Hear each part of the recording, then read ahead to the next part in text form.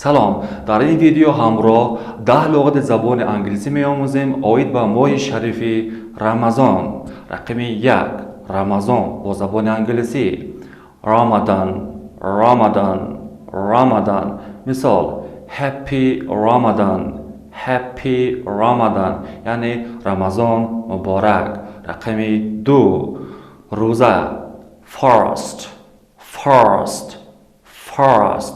مثال I want to take a fast I want to take a fast یعنی من میخواهم روزه گیرم. رقم 3 دعا کردن to pray to pray to pray. مثال I pray 5 times in a day یعنی من در یک روز 5 مرتبه دعا میکنم. رقم 4 بخشیدن to forgive to forgive. مثال please forgive me please forgive me یعنی لطفاً من را ببخش. رقم 5 صبح بر وقت یا صبح صادق an early morning an early morning. مثال I get up an early morning I get up an early morning یعنی من صبح بر وقت از خواب برمیخیزم.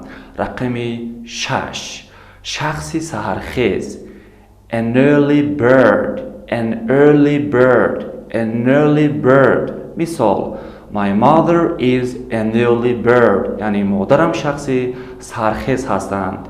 رقم 7 تشنه thirsty thirsty thirsty. مثال I'm thirsty I'm thirsty من تشنه هستم.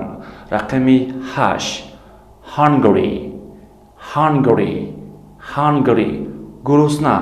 مثال I'm not hungry I'm not hungry یعنی من گرسنه نیستم.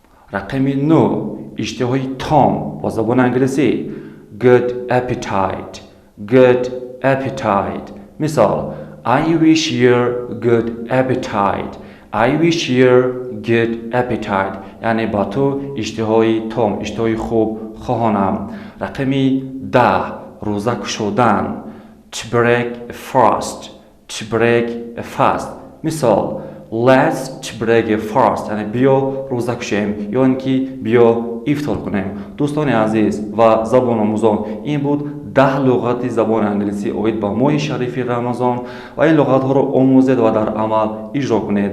از همین 10 لغت یک تیش رو انتخاب کرده در کامنتاری جمله نویسید تا درس آینده خود رو احتیاط کنید. Take care. Bye.